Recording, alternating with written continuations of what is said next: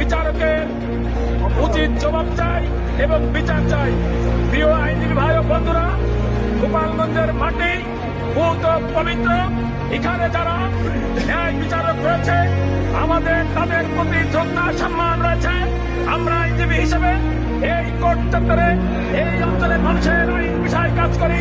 পাশাপাশি বিচার অঙ্গনে আমরা বিচারকদের সহায়তা করার জন্য সর্বোচ্চ সচেষ্ট থাকি। কিন্তু গতকালকে আমরা দেখতে পেয়েছি একটি কুচক্রী মহল এই বিচারকদেরকে মূর্ছিত করার জন্য গতকালকে অবিশ্বাসে একটি হোয়াইট পেপার দিয়ে আমার এই শিক্ষানবিশ বোনকে আহত করেছেন। আমরা একে ধিক্কার জানাই। আমরা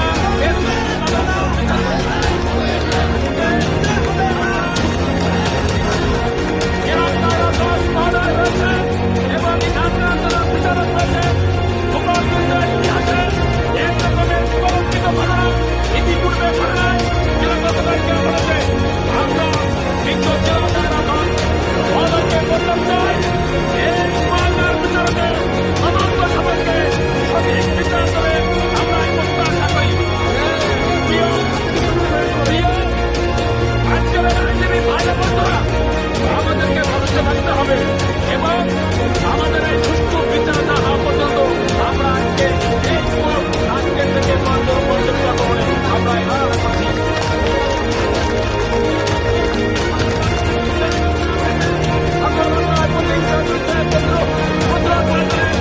আমরা সুষ্ঠু বিচার আদায় করবো। সবাই ভালো থাকবেন, সুস্থ থাকবেন, সুষ্ঠু বিচার কামনা করে আমি আমার আল্লাহ হাফেজ।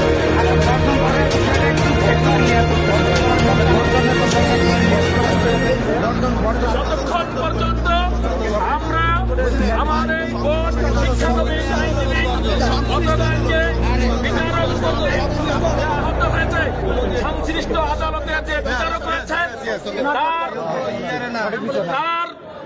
সঠিক বিচার না হওয়া পর্যন্ত আমাদের এই কোর্ট বর্জন থাকবে। সুজন মিয়া নামে যে বিচারক রয়েছেন, ওনার এই বিচার কার্যকালীন চলাকালীন সময় ওনার এই ন্যাক্কারজনক ঘটনার আমরা সুষ্ঠু তদন্ত এবং বিচার চাই।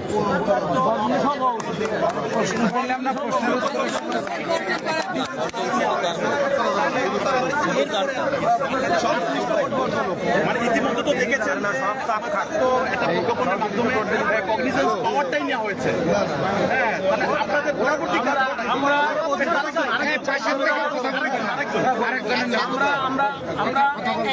থেকে এই ধরনের ব্যবহার আচরণ, কারণ বিচারক হিসাবে তার যে দায়িত্ব রয়েছে, আজকে যদি কোনো আইনজীবী শিক্ষানবিশ আইনজীবী হোক যেই হোক, যদি কোর্ট চলাকালীন সময় কোনো অশোভন আচরণ করে থাকেন, উনি ওনার জায়গা থেকে অন্য কোনো ব্যবস্থা নিতে পারতেন। উনি আইনকে হাতে নিয়ে একটা ওয়েট পেপার ছুঁড়ে মেরে একজনকে আহত করার এই ইখতিয়ার তো জুডিশিয়াল কোনো ইখতিয়ার ওনার নেই।